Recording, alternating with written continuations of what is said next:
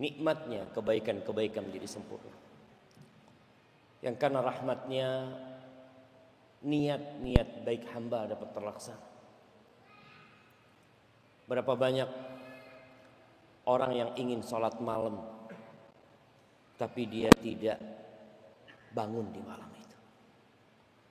Berapa banyak orang yang ingin berpuasa sunnah, dia melihat Syawal tinggal sedikit, dia ingin dapat fadilah puasa 6 hari di bulan Syawal. Tapi ternyata ada banyak pekerjaan, banyak kesibukan sehingga dia tidak pernah puasa 6 hari di bulan Syawal.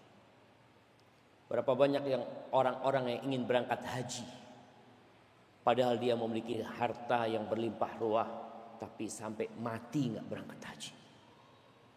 Maka kita yang dapat melaksanakan ketaatan, maka hendaklah bersyukur kepada Allah Jalla Jalaluh, karena Allah yang memudahkannya untuk kita. Berapa banyak orang-orang yang ingin kuliah, belajar agama, tapi ternyata Masya Allah, ada satu adab kalau kasih minuman ustadz itu di kanannya ustadz.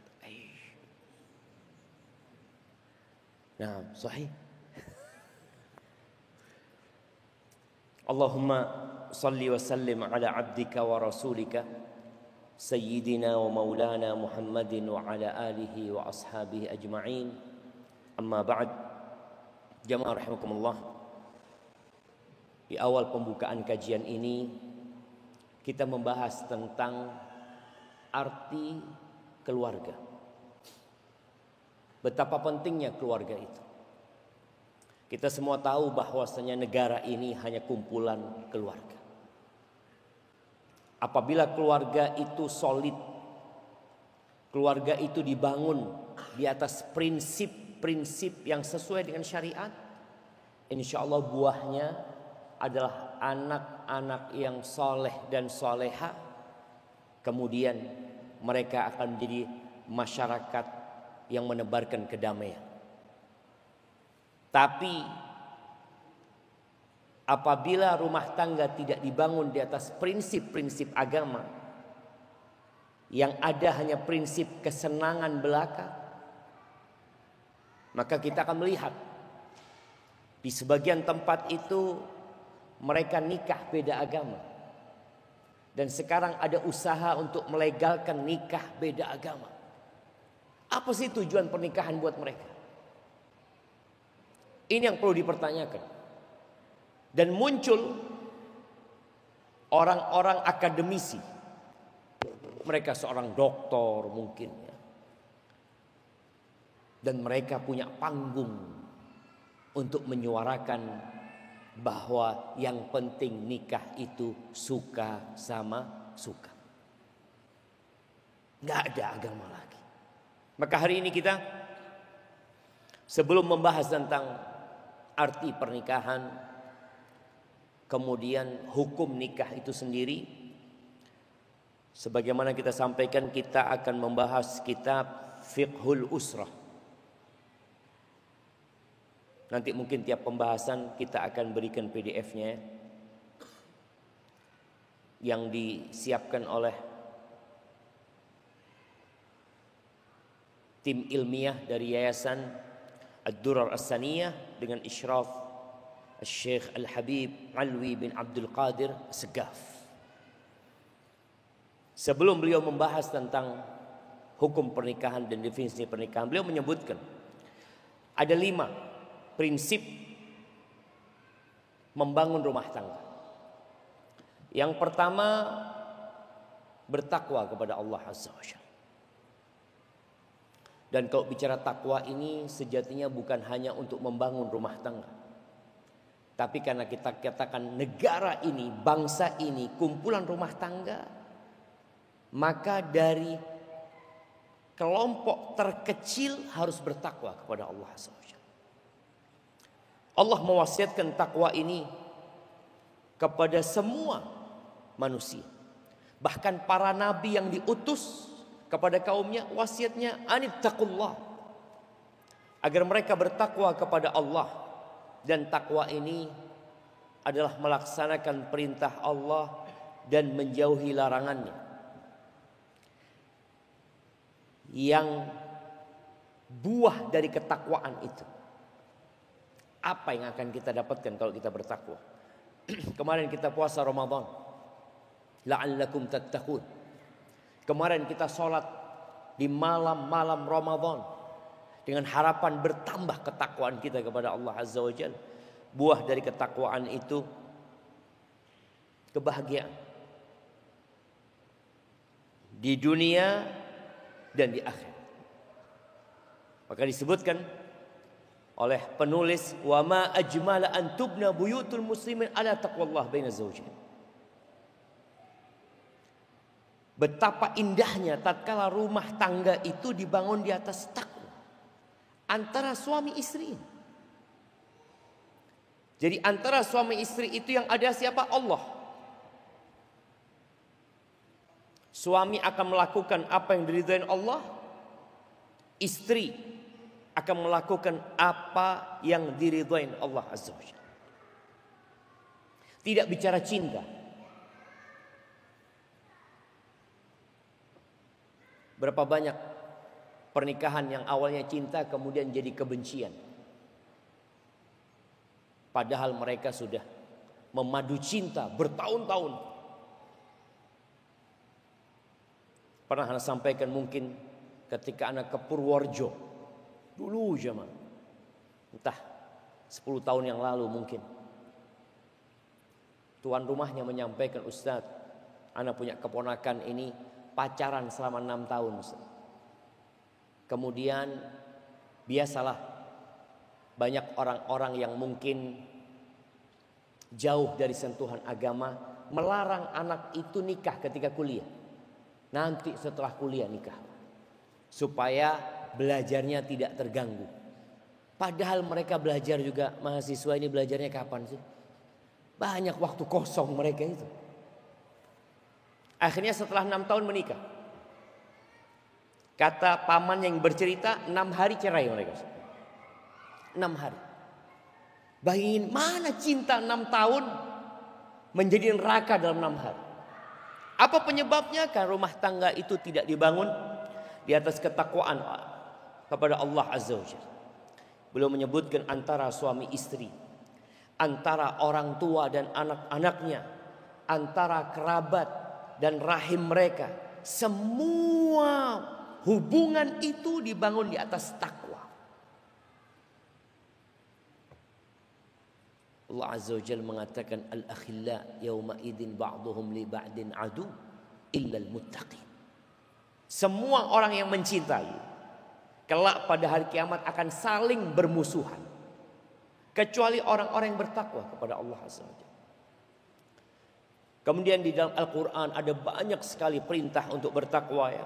Khatib Jumat senantiasa membacakan 3 ayat yang biasa Nabi baca di khutbatul hajah. Ya ayyuhalladzina amanu taqullaha ya ayyuhan nasu taqu rabbakumul ladzi khalaqakum min nafsin wahidah ya ayyuhalladzina amanu taqullaha wa qulu qawlan sadida. Terus itu dibacakan.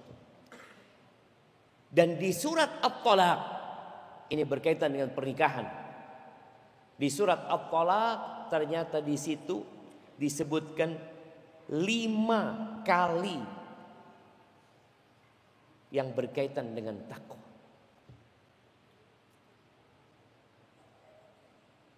Ini menunjukkan bahwasanya ketakwaan itu penting dalam berumah tangga. Sampai dalam perceraian. Kita tahu semua orang ketika menikah harapannya tidak ingin bercerai. Walaupun nanti kita akan bahas tentang hukum menikah dengan niat bercerai. Mahasiswa STDI datang ke STDI nggak mau pulang 4 tahun dia nikah di sini.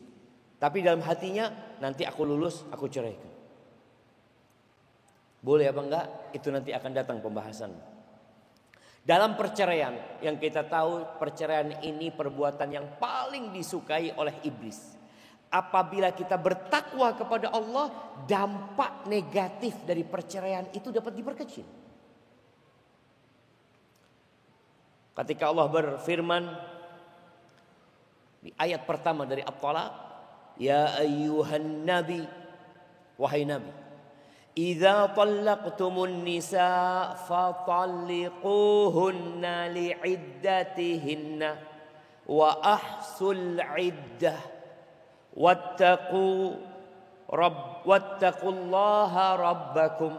Kata Allah, wahai Nabi, apabila kalian hendak menceraikan istri-istri, wanita-wanita itu, ceraikan mereka di masa iddah mereka. Maka bercerai itu ada tata caranya. Bukan asal marah, aku ceraikan, enggak. Menceraikan wanita yang sesuai dengan iddahnya itu adalah menceraikan wanita dalam kondisi bersuci dan belum dihubungi. Jadi bagi yang berpikir untuk menceraikan istrinya, tunggu dia. Istrinya suci dari haidnya dan belum dia hubungin, dia ceraikan. Itu sesuai dengan yang Allah perintahkan. Atau menceraikan istri dalam posisi hamil. Ini kok pandangan masyarakat zalim. Istrinya hamil diceraikan. Padahal itu yang sesuai dengan sunnah. Karena itu iddahnya. Jadi wanita yang hamil masa iddahnya sampai kapan? Sampai melahirkan. Tapi gara-gara kita kadang-kadang kesian, gimana sih nggak tahu diri? Istrinya hamil anaknya, itu sesuai. Tapi kan ada masa menunggu yang lebih panjang. Artinya kalau istrinya hamil baru dapat 2 bulan, iddahnya berapa lama jemaah? 7 bulan jemaah. Disinilah suami berpikir, ya, masa engkau biarkan istrimu? Dan gak boleh diusir itu istri dari rumah. Tetap di rumah. Padahal Anda sudah ceraikan. Iya, tetap di rumah. Kecuali ada hal-hal yang membolehkan dia untuk keluar dari rumah tersebut. Kemudian di ayat kedua di surat At-Talaq, Allah mengatakan, "Wa man yattaqillaha yaj'al lahu makhrajan wa yarzuqhu min haitsu la yahtasib." Barang siapa bertakwa kepada Allah, niscaya Allah akan memberikan jalan keluar. Biasanya orang kalau bercerai itu jamaah, ada banyak beban yang dia pikirkan. Beban berkaitan dengan anak-anak kalau punya anak. Beban berkaitan dengan urusan nafkah. Ketika perempuan ini memang tidak bekerja. Berkaitan dengan apa kata orang, status sosial. Janda itu kesian, diomongin orang. Apalagi janda cantik, hidup di perumahan mau jamaah. Ya Allah, dia berangkat kajian, apa kata orang? Aduh, kayaknya mau cari laki dia. Allahu Akbar jamaah. Itu beban. Tapi Allah katakan, wa man yattaqillah yaj'al lahu makhraja. Barang siapa bertakwa kepada Allah, dia melaksanakan perintah Allah, menjauhi larangannya, pasti Allah kasih solusi. Ketika dia yakin yang kasih rizki bukan suaminya yang kasih rizki. Seorang suami juga seperti itu. Kadang-kala dia bercerai dengan wanita kaya raya, yang selama ini sang suami kerja di perusahaan mertua. Ketika diceraikan, selamat tinggal. Ada beban. Berkaitan dengan anak-anak, bagaimana anak-anak ketika single parent nantinya. Bagaimana anak-anak ketika orang tuanya broken home. Karena biasanya orang itu kalau mau menikahkan putrinya, mereka melihat kepada bibit, bebet, dan bobot. Ketika dilihat orang tuanya bercerai, takut dia mau menikahkan dengan orang ini. Ya apa Pak Ustaz? Wa man yattaqillah yaj'al lahu makhrajan wa yarzuqhu min haitsu la yahtasib. Allah akan kasih rizki dari arah yang tidak disangka-sangka. Allah yang ngatur jemaah. Antum ingat Nabi Yusuf alaihi salam. Bagaimana Nabi Yusuf dibuang ke sumur. Bayangin ya. Dibuang ke sumur. Apa yang akan terjadi dengan Nabi Yusuf? Allah bikin kafilah dagang itu butuh sama air. Berangkat kafilah dagang itu jemaah. Lewat sumur itu, mereka mengambil air di sumur itu, Nabi Yusuf keluar. Siapa yang mengatur perjalanan kafilah itu? Nabi Yusuf? Lah. Nabi Yusuf gak tahu apa-apa. Dia berada di dalam sumur itu. Tapi Allah yang menggerakkan mereka sehingga butuh sama air. Dan melewatin itu sumur. Diambil Nabi Yusuf. Dijual. Bagaimana dia dibawa ke Mesir, dijual sebagai seorang budak. Allah jadikan seorang pejabat Mesir, seorang terhormat yang di Mesir, butuh sama anak. Dia ambil Nabi Yusuf jadi anak mereka. Siapa yang mengatur itu? Allah Rabbul Alamin. Kemudian Nabi Yusuf dipenjara. Bagaimana Allah jadikan raja butuh sama Nabi Yusuf alaihissalam. Dikeluarkan nama Allah Nabi Yusuf dari penjara. Siapa yang mengatur itu? Allah Rabbul Alamin. Ada usaha dari Nabi Yusuf?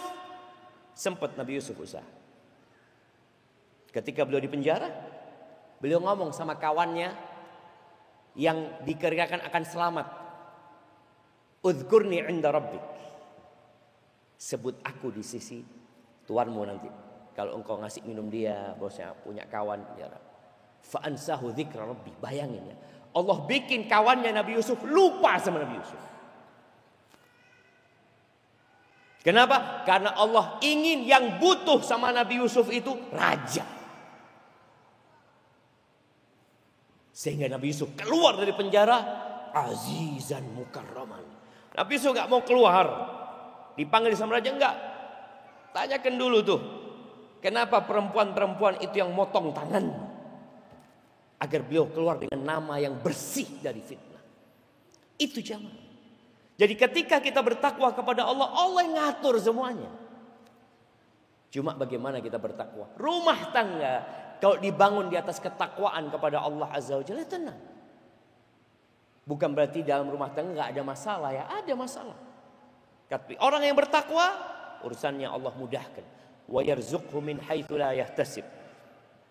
Kemudian di ayat keempat dari At-Talaq Allah mengatakan wa man yattaqillah yaj'al lahu min amrihi yusra.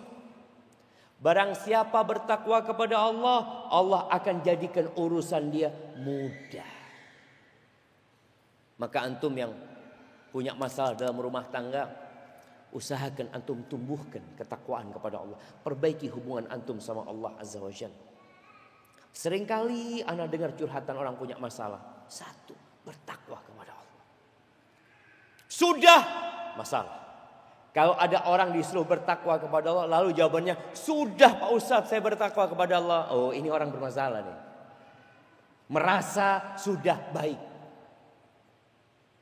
Nabi aja, ya ayyuhan nabiyyu taqillah. Nabi disuruh bertakwa.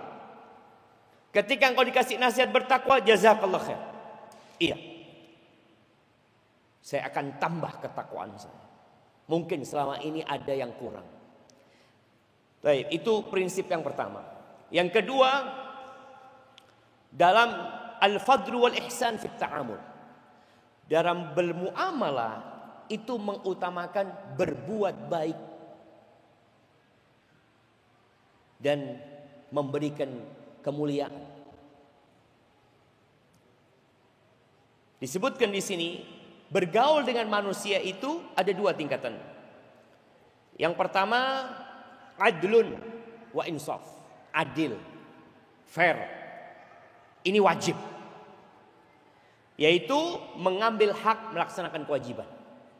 Kalau bicara kewajiban itu, ya sudah. Ada orang umpamanya kita naik Grab atau naik ojek online. Berapa bayarnya di sana? Oh, bayarnya 20.000. Antum kasih 20.000 wajib. Itu wajib. Selesai sudah.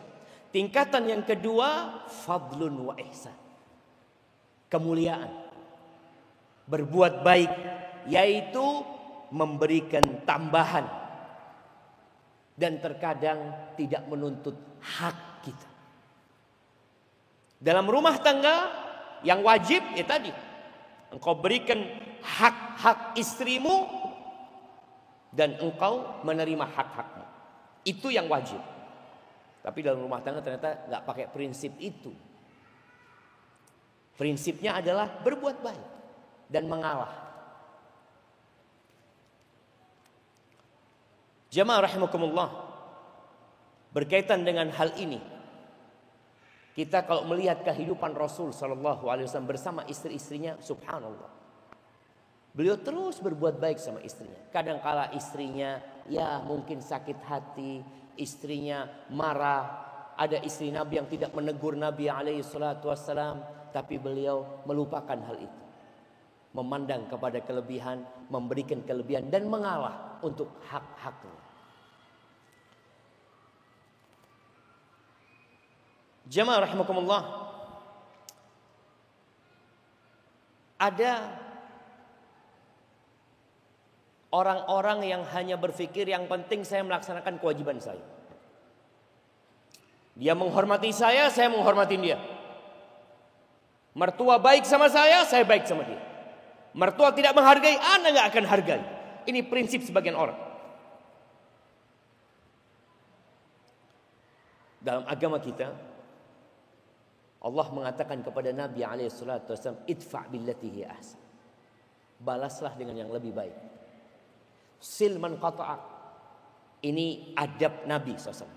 Sambunglah orang yang memutuskan. Wa ahsin ila man asa'a ilaik. Berbuat baiklah engkau kepada orang yang berbuat buruk kepadamu. Ini prinsip. Kalau prinsip ini dijalankan dalam rumah tangga, Masya Allah. Jadi seorang istri tidak hanya menuntut haknya. Ketika dia nggak dikasih haknya, udahlah. Selama suamiku masih baik sama aku, alhamdulillah.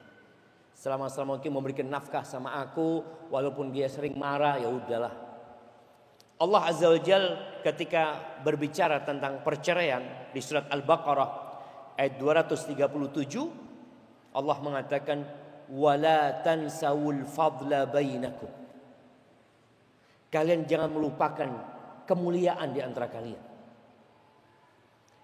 Di sini dianjurkan ketika terjadi perceraian untuk saling memaafkan. Sampai dalam perceraian.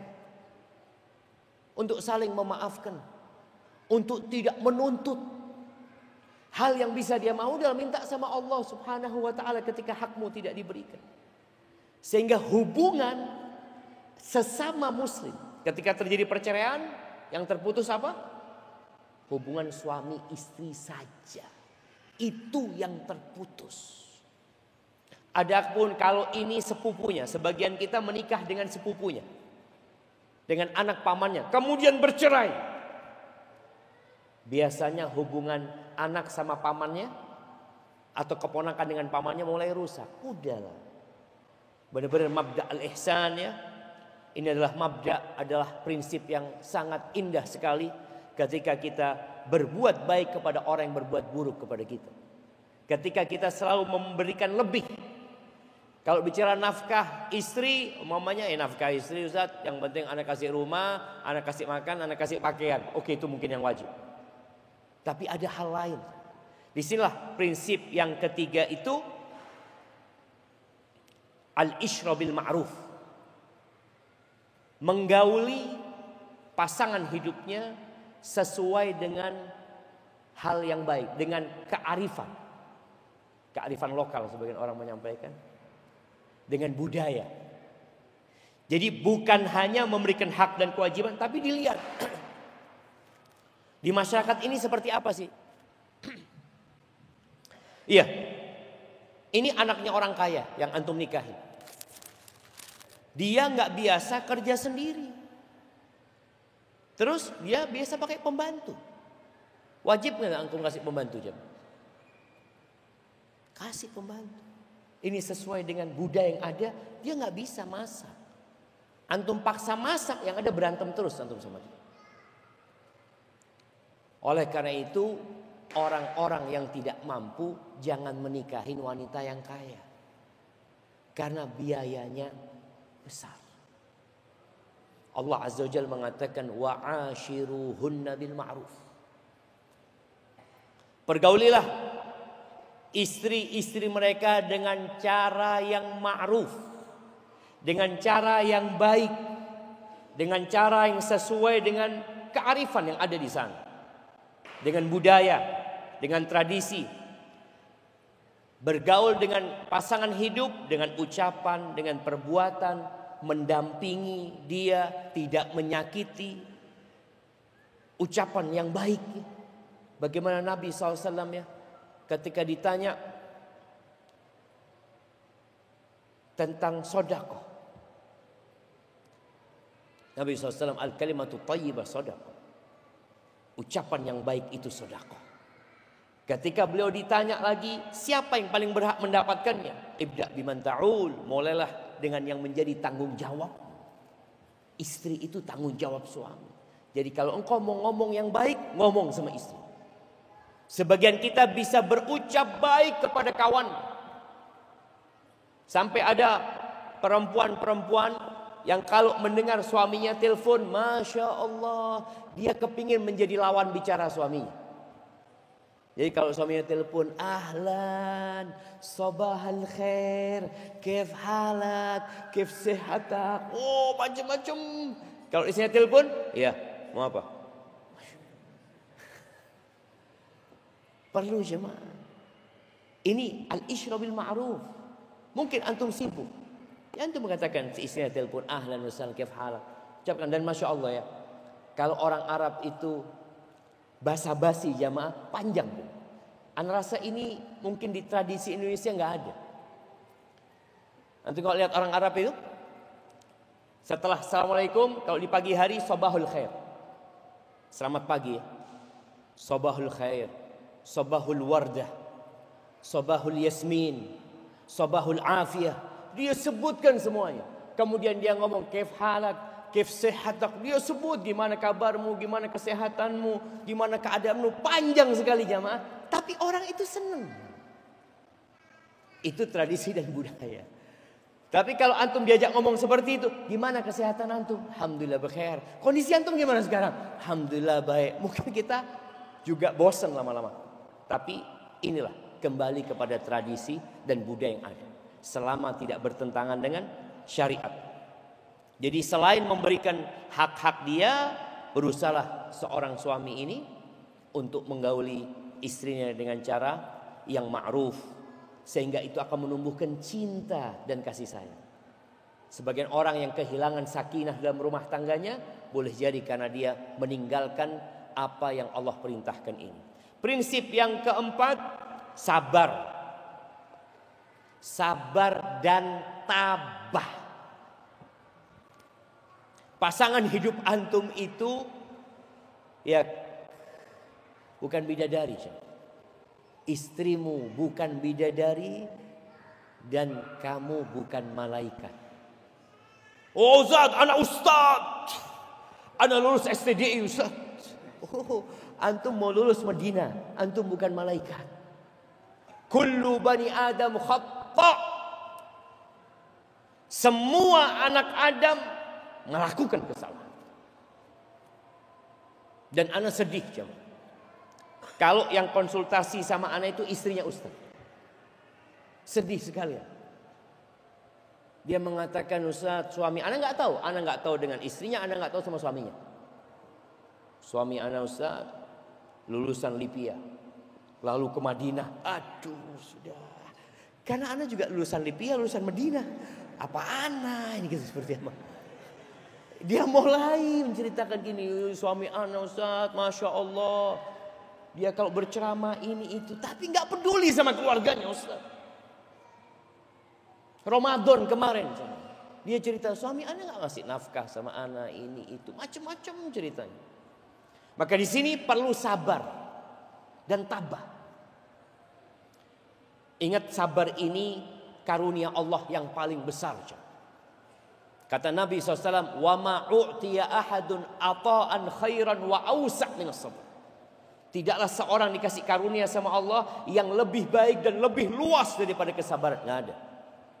Karena dalam semua lini kehidupan antum perlu kesabaran.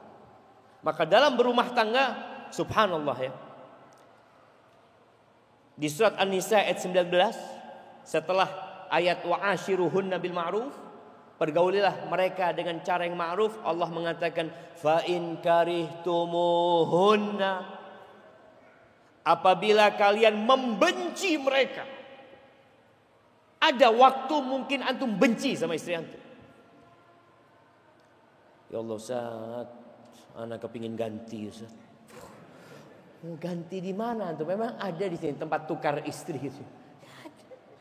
Kalau antum beli baju, kemudian dikatakan insya Allah ada waktu 7 hari untuk menukarnya. Tapi ada antum kesepakatan sama mertua, nanti kalau saya nggak cocok saya balikin Mbak ya. Insya Allah.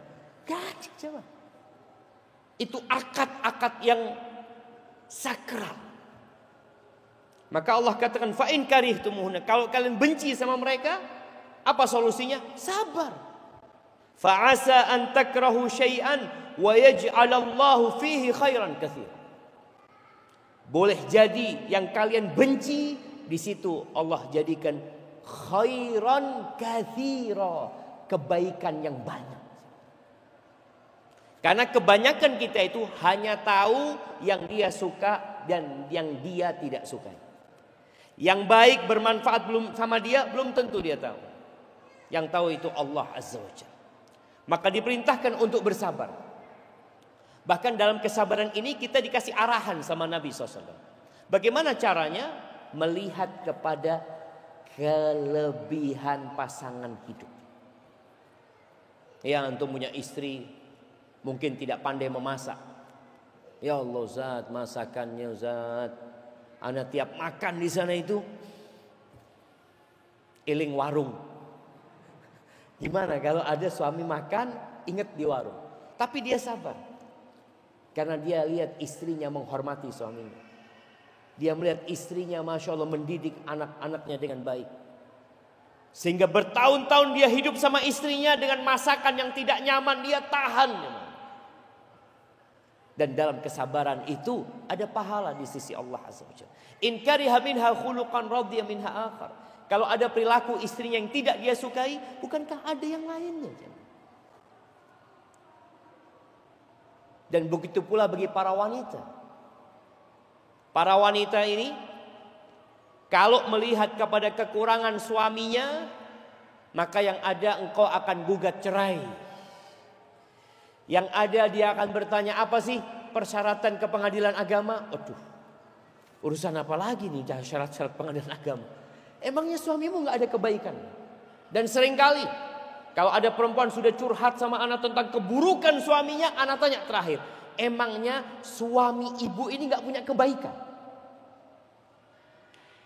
Ya ada lah Pak Ustadz. Loh iya ada. Ingat kisah seorang istri yang datang kepada suaminya, yang dia mengatakan, Mas, dalam rangka kita mengevaluasi diri kita, ini anak kasih kertas, antum tulis kekurangan-kekurangan anak, dan anak akan tulis kekurangan-kekurangan antum. Kata suaminya, iya, sudah. Kasih kertas sama pulpen, istrinya berangkat ke dapur ditulis semua. Ternyata satu lembar itu full kekurangan semua. Kemudian setelah datang tukar-tukaran kertas itu. Fadhal ini kertasnya. Suami baca, ya Allah.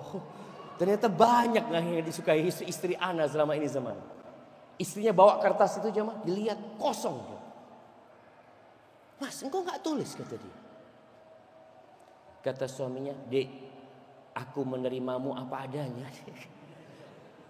Subhanallah. Memang seperti itu seharusnya. Ya udah, terima pasanganmu seperti itu. Ada yang harus diperbaiki, usahakan diperbaiki. Nggak bisa, ya sudah sabar. Ada yang nggak bisa diperbaiki. Wallah Ustaz, anak punya suami ini Ustaz, na'udzubillah Ustaz.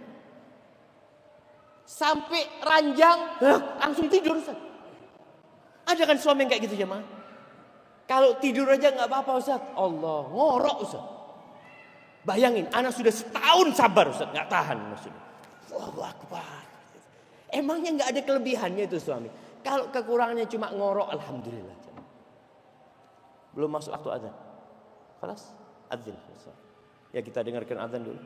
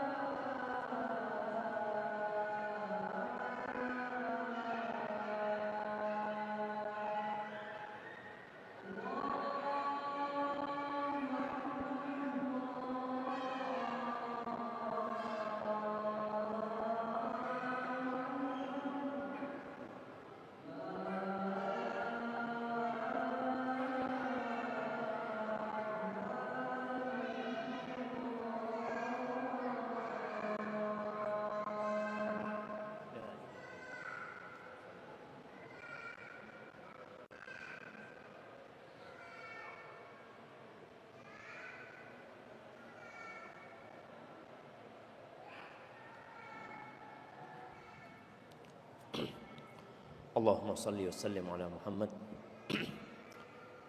Jadi jemaah, kita diperintahkan untuk melihat kepada kelebihan dan bersabar. Ketika seorang suami tidak tergesa-gesa menceraikan istrinya yang punya kekurangan tadi. Ada kan mungkin yang istrinya cerewet ya. Ada istrinya kalau ngomong nyakitkan hati. Ketika dia bersabar, di sini disebutkan di balik itu Allah jadikan kebaikan yang banyak sekali. Di antaranya engkau melaksanakan perintah Allah. Kan ada seorang suami yang ditanya, engkau kenapa kok mempertahankan istrimu? Allah yang nyuruh ana mempertahankan istrimu. Dan tentunya dengan menerima wasiat dari Allah, Allah akan ridho. Jadi kalau mungkin dia mengikuti perasaannya, dia sudah ceraikan istrinya. Tapi karena dia mendengarkan wasiat Allah, dia pertahankan istri. Lelah, capek, berjuang dia. Maka insya Allah Allah akan berikan pahala yang besar sekali. Begitu pula dengan para wanita, perlu bersabar, perlu tabah, mengalah. Ada kisah sebuah botol Pepsi. Pernikahan 7 tahun rusak gara-gara satu kaleng Pepsi. Diceritakan bahwasanya sang istri ini telepon suaminya sebelum pulang kerja. Bang, aku minta Pepsi ya, jangan lupa belikan Pepsi. Siap, absyiri kata suaminya. Pulang kerja, mampir di supermarket, dia belanja suaminya di jamaah, belanja semuanya. Bawa ke rumahnya, subhanallah, Pepsi nggak dia beli. Sang istri buka itu kreseknya dikeluarkan. Roti ada, ini ada, semuanya bas Pepsi. Mulai sang istri nggak enak ngomongnya. Bang, kok nggak belikan Pepsi bang? Ya Allah kata suaminya, lupa. Kata istrinya, memang engkau bang, keinginanku nggak pernah engkau turuti. Ingat kejadian berapa tahun yang lalu. Ingat terus sang istri ini mengungkit-ungkit kesalahan suaminya. Suaminya benar-benar lupa. Ketika sang istri mulai mengungkit-ungkit kesalahan suaminya yang masa lalu, suami berusaha membela diri, tapi istri nggak mau tahu.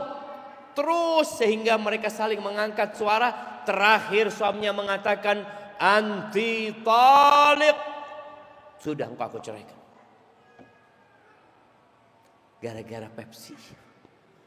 Bayangin ya, 7 tahun rumah tangga rusak gara-gara satu kaleng Pepsi.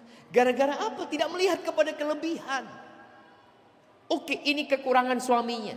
Suaminya pelupa. Enggak, Allah suami ana Ustaz selalu lebih mengutamakan orang tuanya, kakaknya, adiknya. Kalau urusan anak nanti terakhir.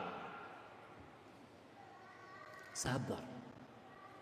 Apabila ada hak-hakmu yang tidak diberikan, minta sama Allah.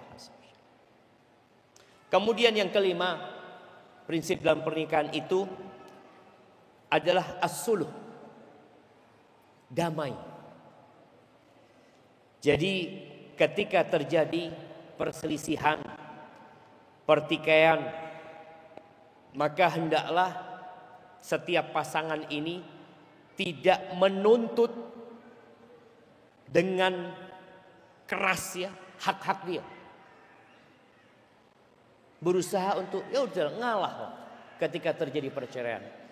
Kita tahu ya, ada istilah di tempat kita, sing waras ngalah. Yang waras ngalah. Ngalah. Sang istri umpamanya dia nuntut suaminya, bang engkau tidak memberikan rumah yang layak buat anak. Kata sang suami, sabarlah dek, ini yang bisa aku berikan kepadamu. Kendaraan juga umpamanya, atau nafkah berupa makanan yang diberikan. Maka perlu adanya as-suluh. Bahkan kita tahu Allah mengatakan di surat An-Nisa ayat 128 ya, demi menjaga rumah tangga Allah mengatakan wasulhu khair. Damai itu lebih baik. Saudah bintu Zam'ah, istri Nabi sallallahu alaihi wasallam, dia sudah tua renta. Dia merasa sudah tidak bisa melayani Rasul sallallahu alaihi wasallam dengan baik. Kan ada perempuan yang memang sudah sepuh jemaah. Sedangkan Nabi alaihi salatu wasallam karena Saudah sebagai istrinya, tetap Saudah punya jatah malam, harus nginap di rumahnya Saudah. Maka di sini Saudah datang kepada Nabi SAW. Ya Rasulullah, malam bagianku, engkau biasa nginap di tempatku, aku hadiahkan buat Aisyah. Itu damai. Kalau bicara hak, enggak, aku nuntut hakku. Tapi demi mempertahankan rumah tangga, maka perdamaian itu lebih baik. Ada seorang istri mungkin yang dia tidak bisa memberikan anak kepada suaminya. Dia juga melihat suaminya kepingin punya anak. Lalu dia mengatakan kepada suaminya, udah bang, engkau nikah lagi gak apa-apa. Dan engkau kalau punya anak di tempat itu, ahlan wa sahlan. Silahkan engkau datengin aku sepekan sekali gak apa-apa. Yang penting jangan kau ceraikan aku. Ini dalam rangka mempertahankan rumah tangga. Seorang istri, suami istri. Sang istri punya ibu yang sudah sepuh dan harus dirawat di rumah tersebut. Sang suami juga punya ibu yang sudah sepuh yang minta dirawat juga. Sang suami inginnya istrinya ikut suami. Apa yang harus dilakukan? Sedangkan sang istri ngomong, bang, sudahlah bang, aku tetap di rumah ibuku, jangan dikeluarkan aku. Engkau silahkan menikah dengan perempuan lain untuk ngerawat ibumu. Engkau datang ke sini sebulan 2 kali nggak apa-apa, karena beda kota kadang kala jamaah atau di kota yang lainnya. Itu damai. Maka dalam rumah tangga ini ada prinsip-prinsip yang harus dipelajarin agar rumah tangga bisa terjaga. Kemudian masuk kepada kitabun nikah, pembahasan tentang kitab pernikahan. Di sini ada 1 pasal pendahuluan dan ada 7 bab. Anak akan bacakan secara global. Yang pertama di pendahuluan disebutkan tentang definisi nikah, hukum nikah, dan hikmah disyariatkannya pernikahan. Di bab pertama berbicara tentang ahkamul khitbah, hukum-hukum yang berkaitan dengan melamar, meminang. Kadangkala kita ini ternyata caranya salah dalam peminangan, tapi udah jadi suami istri, mengikuti tradisi dan budaya di sebuah tempat yang terkadang bertentangan dengan agama. Kita akan pelajari itu. Kemudian di bab kedua ada pembahasan tentang rukun-rukun nikah dan syarat-syarat pernikahan serta sunnah-sunnahnya. Sehingga kita tahu mana rukun yang harus dipenuhi dan mana syarat dan mana yang sekedar sunnah. Kita melihat umpamanya sebagian orang itu membuat walimah yang besar-besaran, seakan-akan harus, kalau tidak dilakukan pernikahannya tidak sah. Apakah memang seperti itu? Kita akan pelajari. Kemudian di bab ketiga kita akan belajar al-muharramat fin nikah, yang diharamkan untuk dinikahi. Siapa mahram-mahram yang diharamkan untuk dinikahi. Di bab keempat ada syarat dan aib-aib dalam pernikahan. Jadi kadangkala sang mertua memberikan syarat kepada menantunya, engkau boleh menikahi putriku dengan catatan biarkan dia bekerja. Mau dia seorang dokter, dia bekerja. Mau siap dipenuhi. Atau syaratnya lagi, boleh engkau menikahi putriku dengan catatan engkau yang pindah dari kotamu ke sini. Gimana? Kalau mau tafadhol, nggak mau cari yang lainnya. Itu syarat harus dipenuhi. Kemudian adanya aib-aib dalam pernikahan. Kemudian di bab kelima tentang nikahul kuffar, hukum menikahi orang-orang kafir. Di bab keenam ada pembahasan tentang as-sadaq, mahar, tentang mas kawin. Di bab ketujuh ada hafluz zifaf, ada yang berkaitan dengan pesta pernikahan, serta hukum-hukum jima. Jadi ini bab keberapa jemaah? Bab ketujuh.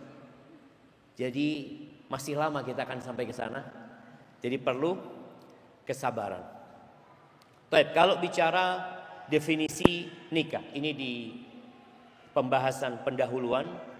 Nikah itu secara bahasa berarti ad-dhammu wal jam'u wat tadakhul, yaitu merangkul, mengumpulkan, saling masuk. Itu makna nikah. Dalam bahasa Arab ada istilah tanakuhul asjar.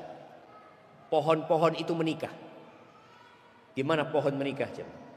Berangkat ke penghulu? Enggak. Artinya mereka saling masuk ya. Sebagian mereka masuk ke bagian lainnya. Kemudian dalam bahasa Arab ada istilah nih, khususnya buat yang belajar bahasa Arab. Antum boleh mengatakan nakahal mataru al-ardh. Hujan menikahi bumi. Apa maksudnya? Nakahal mataru al-ardh disebutkan apabila air hujan itu bercampur dengan tanah. Kan ada hujan yang tidak membuat basah tanah, atau membuat basah tanah tapi atasnya saja. Kalau yang antum gunakan nakahal mataru al-ardh, maka maksudnya dia menikah. Jadi sudah bercampur menjadi satu. Kemudian juga nikah ini dipakai untuk kata-kata jima atau juga akad nikah, untuk akad nikah. Adapun setelah secara istilah akan cukupkan di sini. Kemudian kita masuk ke sesi tanya jawab. Kalau ada pertanyaan yang sampai ke meja depan sini. Nikah secara istilah itu adalah akad. Akad yang faedahnya halalnya seorang wanita buat seorang suami. Jadi halal dengan akad nikah. Lam yamna min nikah bimra'atin lam yamna min nikahiyah. Menikahi wanita yang tidak diharamkan untuk menikahi. Karena ada al-muharramat minan nikah yang enggak boleh dinikah. Walaupun antum menikah ya enggak sah pernikahan. Jadi itu berkaitan dengan makna dalam pernikahan. Adapun hukum nikah, di sini pembahasan kedua, hukmun nikah wa nikah aktsar min wahidah. Hukum menikah dan menikah lebih dari satu. Apa hukumnya? Disebutkan di sini al-aslu fin nikah annahu mustahab.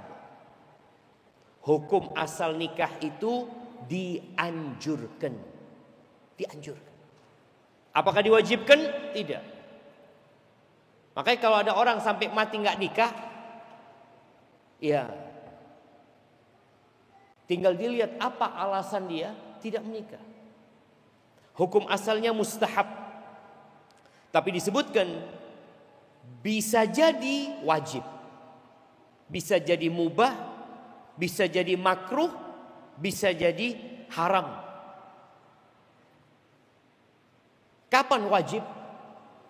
Fayajibu ala man khafa ala nafsihi zina. Nikah itu jadi kewajiban buat orang yang takut berzina. Kalau anak nggak nikah, anak bisa berzina. Maka wajib buat dia menikah. Wa yusannu liman lahu syahwah.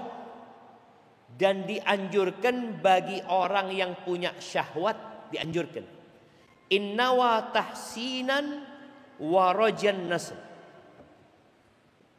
Kalau dia, jadi dianjurkan buat dia apabila dia niat untuk menjaga kehormatan dirinya. Artinya dia bisa nahan syahwatnya. Tidak nikah pun dia kuat nahan syahwatnya. Tapi karena dia ingin menjaga kehormatan dirinya, ingin punya anak keturunan, maka dianjurkan buat dia. Wa yahrum, Dan haram buat orang yang yakin bahwa dia akan melakukan kezaliman dengan pernikahan. Kan ada orang-orang yang anak kalau nikah kayaknya anak akan pukulin istri anak. Ada orang-orang yang sakit atau dia akan membolimin salah satu istri. Wa yukrah liman lam yajid uhubbah. Dan makruh buat orang yang tidak punya kemampuan untuk menikah. Antum nggak mampu, nggak punya persiapan, ya. Makruh buat antum. Akhirnya antum gimana? Anaknya orang mau dikasih makan apa nanti? Au kana bihi ajiz, atau orang ini maaf, ya dia benar-benar nggak mampu ya, untuk memberikan nafkah ya kepada istrinya. Wa yubahu, dan diperbolehkan nikah itu liman la syahwata lahu, mubah bagi orang yang tidak punya syahwat. Sekarang gimana kalau ada orang laki-laki, anak ini sebenarnya nggak punya syahwat, dia apa istilahnya, impoten. Boleh dia menikah, tapi perlu menyampaikan kepada pasangan hidupnya. Karena perempuan itu menikah kepingin punya anak, kepingin menjaga kehormatan dirinya, tahu-tahu suaminya ternyata tidak bisa itu. Ini bicara hukum nikah ya. Wa hadza bi ittifaqil madhahibil fiqhiyah al-arba'ah. 4 madhab fikih itu sepakat hukumnya adalah mustahab, dan ini pendapat kebanyakan ulama. Adapun dalil-dalilnya insyaallah kita akan sampaikan di pertemuan yang akan datang. Tapi jamaah lihat tidak ada pertanyaan yang sampai ke meja ini. Semoga rumah tangga antum semuanya baik-baik, dan yang belum berumah tangga segera berumah tangga. Subhanakallahumma wa bihamdika asyhadu an la ilaha illa anta astaghfiruka wa atubu ilaik. Wassalamualaikum warahmatullahi wabarakatuh.